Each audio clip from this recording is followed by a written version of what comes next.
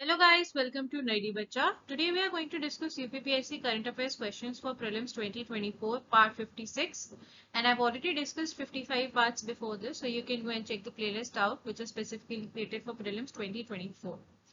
Okay, so let's begin with the first question. Shenzhou 7 mission is which of the following countries mission? Shenzhou 17 mission कौन सी country का mission है? China, South Korea, Japan या फिर US? So the right answer is A, China. Okay. Question number 2. Consider the following about Gaganyaan mission. Gaganyaan mission के बारे में दो statements दिए हुए हैं. आपको बताना है कौन से statements ठीक है. First, the Gaganyaan mission is India's ongoing project to send a 3-day manned mission to the low Earth orbit of 400 km with a crew of 3 members and bring them safely to Earth. तो पहला बोल रहा है कि 3-day manned mission होएगा. Man mission मतलब लोग जाएंगे, ठीक है, to the low earth orbit of 400 kilometre, earth के लो अर्थ ऑर्बिट में, ठीक है, एलईओ में, with the crew of 3 members and bring them safely to earth. पहला स्टेटमेंट ये है.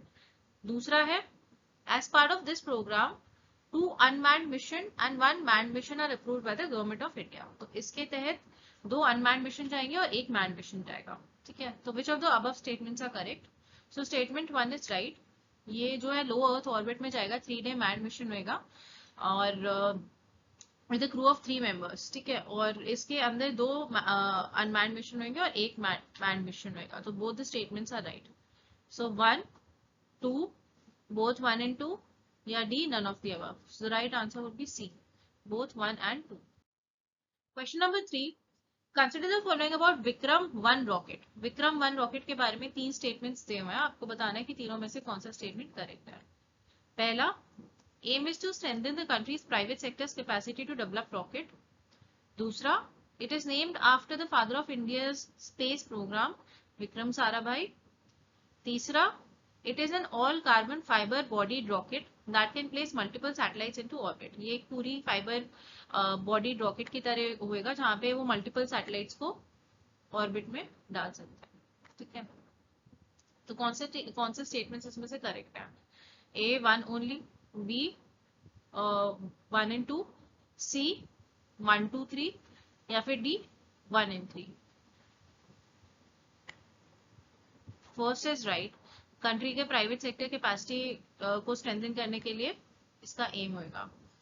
दूसरा भी ठीक है, it is named after the father of India space programme Vikram Sarabhai, ठीक है. और तीसरा भी ठीक है कि all carbon fibre body rocket होएगा जिसके थ्रू आप मल्टीपल सैटेलाइट्स को ऑर्बिट में प्लेस कर सकते हो. तो तीनों ही स्टेटमेंट ठीक है. So the option would be C, 1, 2 and 3. अच्छा, जब भी कोई जनरलाइज स्टेटमेंट होता है ना, मेजरली वो ठीक ही होता है. तो जैसे बोल रहा है aim is to strengthen country's private sector capacity to develop rocket, इस तरीके से आप यूपीएससी में भी एलिमिनेट कर सकते हो. उसमें जो जनरलाइज स्टेटमेंट्स होते हैं मेजरली ठीक होते हैं, मतलब, ठीक है. फिर question number 4. What is the name of India first AI powered anti drone system. India का पहला AI powered anti drone system का क्या नाम है? AI powered anti drone system. Indrajit, Indra, Indrajaal या इंद्रप्रीत, ठीक है. A, B, C, D. So right answer is C, Indrajaal. Okay. Last question. Consider the following about NavIC. ये कई बार पूछ चुके हैं, यूपीएससी में भी पूछ चुके हैं और मेजरली कॉम्पिटिटिव एग्जामिनेशंस में नाविक के ऊपर क्वेश्चन आ चुका है. रिपीट होते हैं तो आपको पता होनी चाहिए. इंडिया की जो भी मेजर सैटेलाइट्स हैं, रॉकेट्स हैं, वो सारी चीजें इंपॉर्टेंट होती हैं, ठीक है.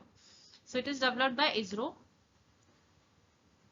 to remove dependence on foreign satellite systems for navigation service requirements, particularly for strategic sectors. पहले बोल रहे हैं इसरो ने डेवलप किया है ताकि इंडिया की जो डिपेंडेंस है फॉरेन सैटेलाइट्स पे नेविगेशन सिस्टम के लिए वो कम हो सके, ठीक है, स्पेशली फॉर स्ट्रेटेजिक सेक्टर्स.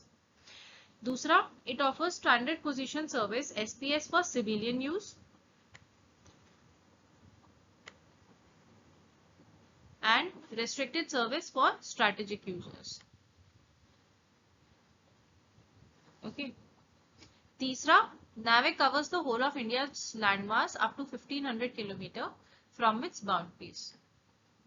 ये important है. ठीक है, तो कौन से स्टेटमेंट्स ट्रू है इसमें से? 1 ओनली, 2 एंड 3, 1 एंड 3, या फिर 1 2 3? तो पहला स्टेटमेंट ठीक है, इंडिया की डिपेंडेंस कम हो फॉरेन सैटेलाइट्स के लिए, नेविगेशन सिस्टम की रिक्वायरमेंट्स के लिए। और दूसरा स्टैंडर्ड पोजीशन सर्विस होगी सिविलियन यूज के लिए, और रिस्ट्रिक्टेड सर्विस होगी स्ट्रैटेजिक यूजर्स के लिए। ठीक है, और तीसरा NavIC covers the whole of India land mass up to 1500 kilometre, ये भी ठीक है, इंडिया का पूरा लैंड मास 1500 किलोमीटर तक कवर करेगा फ्रॉम इट्स बाउंड्रीज। तो तीनों ही स्टेटमेंट इसमें ठीक है, so answer would be D, 1 2 and 3। ठीक है, ये इंपॉर्टेंट है नाविक। ठीक है, मेंस के पर्सपेक्टिव से भी इंपॉर्टेंट है साइंस एंड टेक में। ठीक है, so all the three statements are right. 1 is right, 2 is right, and 3 is also right. So here we have completed 5 questions, and I'll be coming up with more such parts like this. Guys, please do like, share and subscribe to my YouTube channel. Thank you so much.